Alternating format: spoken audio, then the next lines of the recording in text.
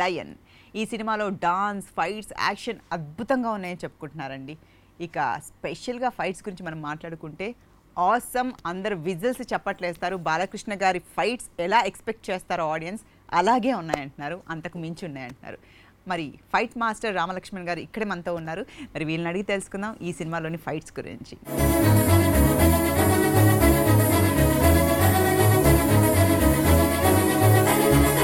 నమస్కారం రామ్ గారు. నమస్కారం లక్ష్మణ్ గారు. సో సపరేట్గా ఇలా పిలుస్తున్నాను, బట్ ఆ రామలక్ష్మణుల గురించి బుక్స్లోనే చదివాము. కలియుగ రామలక్ష్మణ్లా అనిపిస్తుంటారు మిమ్మల్ని చూస్తుంటే, భలే అనిపిస్తుంటుంది.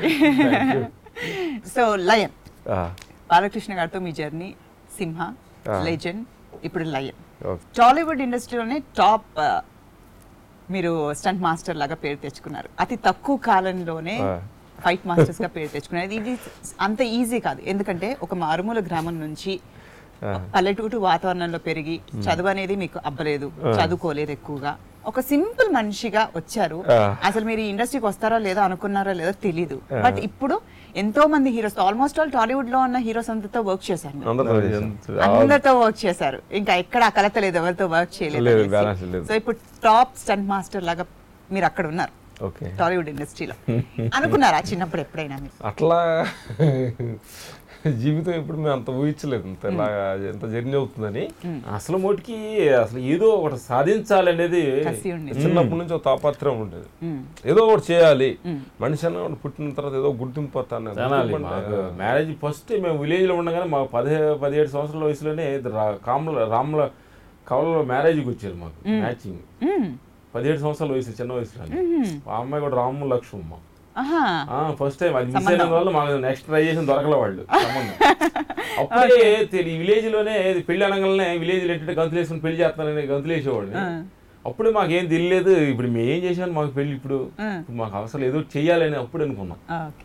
ఆ మ్యాచ్ మిస్ అయ్యి అక్కడ అనుకున్న గోలే ఏదో చెయ్యాలి, ప్రతి మనిషి ఏదో ఒకటి చేయాలనే ఒక గోల్ పెట్టుకుంటా ఉంటే ఆటోమేటిక్ గా భగవంతుడు ముందుకు తీసుకెళ్తా ఉంటాడు. అది గోల్ లేకుండా ఉంటే అచీవ్మెంట్ లేవట్లేదు. రైట్, మీ ఇద్దరు పెళ్లి ఒకేసారి జరిగిందండి? ఒకేసారి. ఇప్పుడు అంటే చూస్తే ఇంట్లో వాళ్ళకి అలవాటే మిమ్మల్ని చూడడం, కానీ కొత్తగా వచ్చిన ఇంటికి ఆడపిల్ల అంటే మీ వైఫ్స్ అనేది కష్టం కదా వాళ్ళకి. గుర్తుపట్టారు ఎవరు రామ్ ఎవరు లక్ష్మణ్ అని, మా ఆయన ఎవరు.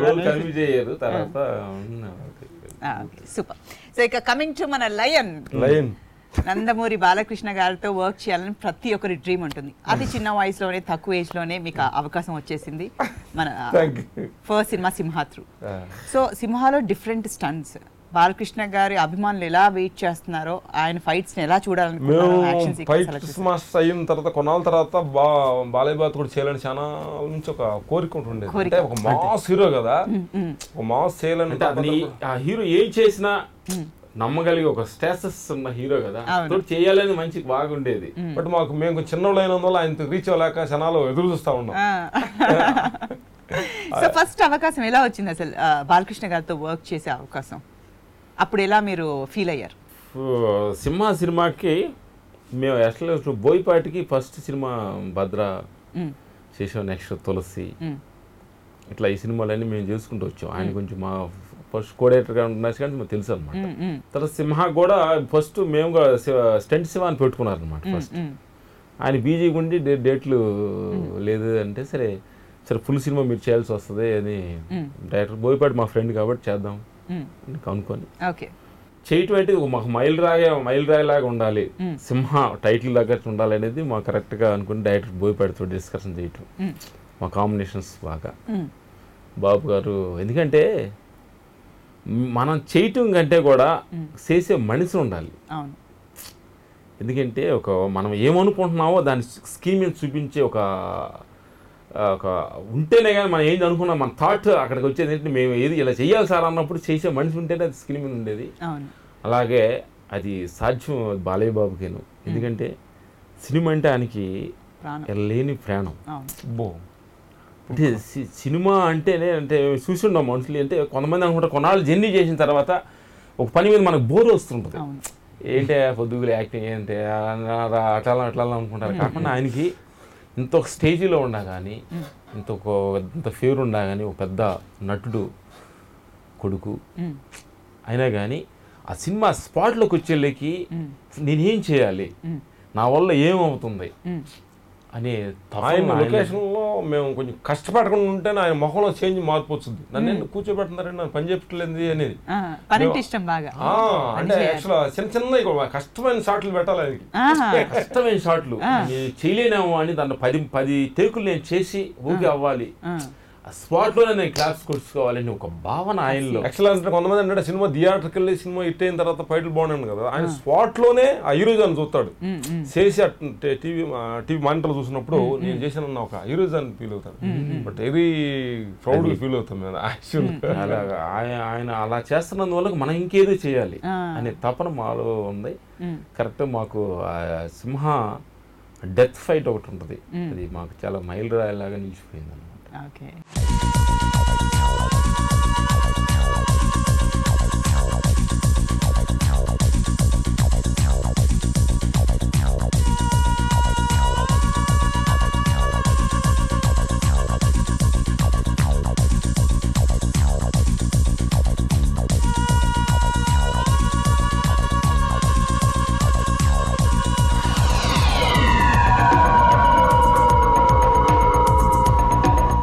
అలా జర్నీ సినిమా సూపర్ హిట్ అయింది. అదే ఇంకోటి ఏంటంటే బాబుతో జర్నీ చేస్తాడు. ఇంకోటి ఆల్రెడీ ఇంత ముందు సినిమాలు కొన్ని సినిమాల్లో అంటే బాబు ఎక్కువ చేయాలి, అంటే మామూలు హీరోల కంటే కూడా ఆయన నుండి స్టేజ్కి బాగా రీచ్ ఎక్కువ చేయాలి, టూ మచ్ చేయాలి. అందుకని టూ మచ్ చేసినా కానీ ఆడియన్స్ నవ్వేస్తారు. కొన్ని సినిమాలో తొడగొడితే ట్రైన్ అయిందని ఎగురుతుందని కొంచెం బాగా అపోలు ఉన్నాయి. మేము ఛానల్ దీన్ని హోంవర్క్ చేసాం సింహప్పుడు, బట్ జనానికి ఓహో నీ టూ మచ్గా ఉండకూడదు, అందుకని మరీ తక్కువ చేసినా వాళ్ళకి నచ్చదు. కాబట్టి మధ్య బ్యాలెన్స్ చేయటం అనేది చాలా దాని కష్టంగా ఫీల్ అయ్యేవాడు. అంటే తక్కువ చేయకూడదు, అటు ఎక్కువ చేయకూడదు. దీన్ని దాని బ్యాలెన్స్ ప్రతి చేయటం 2-3 రకాలుగా ఆలోచించటం. మేమంతా మా ఫైటర్స్ డిస్కషన్, బట్ ఇదేంటి ఎంతవరకు ఆడియన్స్ రీచ్ అవుతుంది, ఇదేనా నవ్వుతారా, అట్లాంటి డిస్కషన్ మీద బాగా ఒక ఫైట్ బిట్ వేసినప్పుడు ఇది మానిటర్ చూసినప్పుడు మేము కంపోజ్ చేసినప్పుడు ఇది ఆడియన్స్లోకి ఎలా వెళ్తుంది, ఎలా క్లాప్స్ పడుతుంది అనేది ఒకటే 4 మాటలు. అది బాలయ్యబాబు చేస్తే ఎలా ఉంటుంది, ఫైట్ నడిచితే సాధారణ బాగానే ఉంది అంటే బాబు నడిస్తే ఇంకెలా ఉంటుంది, ఇంకా దానికి డబ్బులు యాడ్ అవుతుంది అనమాట. అలా అనుకొని ప్రతి క్షణం హీరోయిజాన్ని మనసులో పెట్టుకొని చేస్తే అది గాడ్ గిఫ్ట్. అంటే మేము చేసేమంటే మాకు అని కాదు, ఏదో మాలో తెలియని ఒక శక్తి అంటారు చూడు, భగవంతుడు అంటే మంచి చేయాలని మనం ప్రతి క్షణం మంచి చేయాలని అనుకుంటూ ఉంటే మనకి భగవంతుడు యాడ్ అవుతాడు అన్నట్టు. మీరు ఒక అడుగేస్తే నేను 10 అడుగులు నేను వేస్తాను అంటారు సాంగ్ అంటారు భగవంతుడు. అలాగే మాలో బట్ మేము సినిమా ఫైట్లు చూసాను ఫీల్ అయ్యాం. బట్ దీంట్లో లైన్ సినిమాలో చేసిన ఫైట్లు అంటే మాకు తెలియకుండా ఇంకొక స్టెప్ ముందుకెళ్ళి మైండ్. అదే ఇప్పుడు మనకి సింహ, దాని తర్వాత లెజెండ్, తర్వాత లయన్. అంటే ఇప్పుడు ఒకే మనిషికి ఫైట్స్ కంపోజ్ చేయాలంటే ఫస్ట్ టైం అంటే ఒక కసి ఉంటుంది, ఆయన బాడీ లాంగ్వేజ్ తగ్గట్టు బాగా చేసేయాలనే ఆ కసితో మనకు ఇంకా ఎక్స్ట్రా చేసేస్తాం. మనం ఎక్కడి నుంచో తెప్పించుకొని చేసేద్దాం, మొత్తం అందులో చూపించేస్తాం. కానీ ఇంకా నెక్స్ట్ సినిమా మళ్ళీ అదే హీరోతో చేయాలి అని అన్నప్పుడు ఇంకా కొత్తగా చేయాలి అనిపిస్తుంది. ఆలోచన రావాలంటే ఇంకా బాగా హోంవర్క్ చేయాలి మనం, ఇంకా చేయాలి. మళ్ళీ తర్వాత ఇప్పుడు నెక్స్ట్ ఇప్పుడు లయన్ అంటే అసలు ఆ టైటిల్లోనే ఉంది లయన్.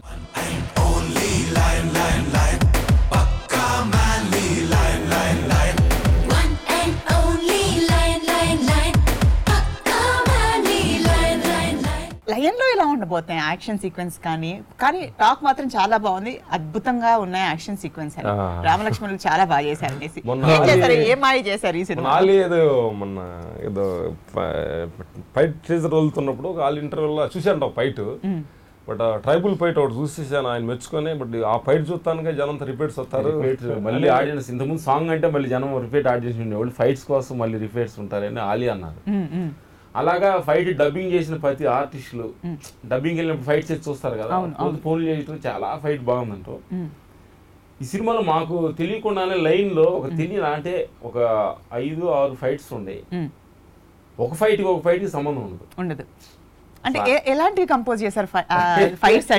అంటే ఏం మాయ చేశారు ఈ సినిమాలో? మా బాలయ్య బాబుతో ఎలా చేయించారు? దాంట్లో కథతనంలో కూడా కొంచెం కొత్తదనంగా మార్పు చెంది. దీంట్లో ట్రైబుల్ అంటే ఒక ఫారెస్ట్ లో ఫైట్, ట్రైబుల్స్ తోటి ఒక ఫారెస్ట్ లో మనుషులతోటి ఒక ఫైట్ చేయాల్సి వచ్చింది సీక్వెన్స్. అంటే ఒక మనుషులు వాళ్ళు ఒక ఫారెస్ట్ లో క్రూరమైన మనుషులు ఒక మనిషి మీద అటాక్ చేస్తే వాళ్ళని ఎలా ఎదుర్కోవాలి, వాళ్ళకంటే ఇలా కొట్టాలి, ఇలా వస్తారు, attack భూమిలో నుంచి వస్తారు, చెట్టు మీద నుంచి వస్తారు, చెట్టు త్వరలో నుంచి వస్తారు, రకరకాల కైండ్ ఆఫ్ లో నుంచి. వాళ్ళంతా ఫారెస్ట్ కదా, ఫారెస్ట్ లో అంతా ట్రైబల్స్ వాళ్ళు ఎక్కడెక్కడ ఉండే ప్లేస్ మనకు తెలియదు, వాళ్ళకి తెలుసు. అట్లాంటి దాన్ని మేము ఒక డిజైన్ చేసి డైరెక్ట్ గారు ఒక మంచి కాన్సెప్ట్ ఇచ్చారు. దాంట్లో బట్ బాగా కూడా మేము శాలింగ్ తీసుకొని బట్ దానిలో ఫైట్ చేస్తున్నప్పుడు మేము రంపసోడవరంలో చేసాం ఫైట్ అయిపోయిన తర్వాత మాకు ఇద్దరికి బెదర్ను కూడా మేము కోపడ్డా, ఏంటి మనం బాలయ్య బాబుని చిన్నపిల్లలాగా ట్రీట్మెంట్ చేస్తున్నాం ఏంటి, ఏంటి అంటే ఎమోషనల్గా వెళ్ళినప్పుడు ఆయన ఒక చిన్నలాగా బాబు అట్రా అంటే ఆయన చేసేస్తున్నాడు, ఏంటి ఆ ఇమేజినెస్ ఏంటి, అసలు ఏంటి ఆయన ఏంటి ఏంటి చిన్నపిల్లలాగా ఆడుకుంటున్నాం ఏంటి మాకు తెలియకుండా భయం వచ్చేది. అంటే మనం ఏ చెప్పిన స్టార్ట్ చేసేస్తున్నాడు, అంత రిస్క్ స్టార్ట్ ఇచ్చిన తర్వాత చూస్తుంటే మాకు అసలు డూప్ కూడా వద్దంటారంట, డూపు చేయరు, అసలు డూప్ ఒప్పుకోరు, నేను చేస్తానంటారు. అంటే ఒక్కొక్క లెగ్గే బాబు మీ లెగ్ షాట్ అని అనుకుంటే నా కాలు పడితే నేను ఒక ఫీల్ అయ్యి కాలు చేస్తాను కదా అని థాట్ ఆయనలో ఆలోచించారు. దానిలో కూడా ఆయన చూస్తాడు ఎనర్జీని. మనం ఏంటంటే డూప్ కాలే కదా లెగ్గే కదా అనుకో, మేము హ్యాండ్ పంచే బాబు పంచుకోవటం మేము డూప్ పెడతాను అంటే లేదు నేను కొడతాను అంటే నా చేతిలో ఉన్న పవర్ నేను ఒక ఎనర్జీగా కొట్టాలనుకుంటాను కదా. ఫైట్ కూడా అంత ఎందుకు ఇంట్రెస్ట్ ఉంటుంది, వాడు ఏదో 1000 రూపాయలు తీసుకొని ఫైట్ చేస్తాడు కాబట్టి వాడు ఇంట్రెస్టింగ్ ఎందుకుంటుంది, నేను చేస్తానని చేస్తూ ఆ రంపచోడవరంలో ఫైట్ లో చాలా అద్భుతంగా ఆయన కష్టపెట్టాము. మేము బాలయ్య బాబు గారికి చాలా చాలా రుణపడి ఉన్నాం. ఎందుకంటే అలాంటి కష్టపడి ఈ మధ్య కాలంలో ఏ ఆర్టిస్ట్ కూడా అంత కష్టపెట్టాల. తర్వాత ఫైట్ చూసిన తర్వాత మాకే బాధేసింది. ఎందుకు బాధేసింది అంటే ఇంత కష్టపెట్టే హీరోని అని చెప్పి, అంటే ఆ సిచ్యువేషన్ అలాంటిది స్క్రీన్ లో చూస్తే ఆ కష్టానికి ఫలితం ఆడియన్స్ క్లాప్స్ కొట్టినప్పుడు ఉంటుంది అనేది మాకు ఆనందం అనిపిస్తుంది.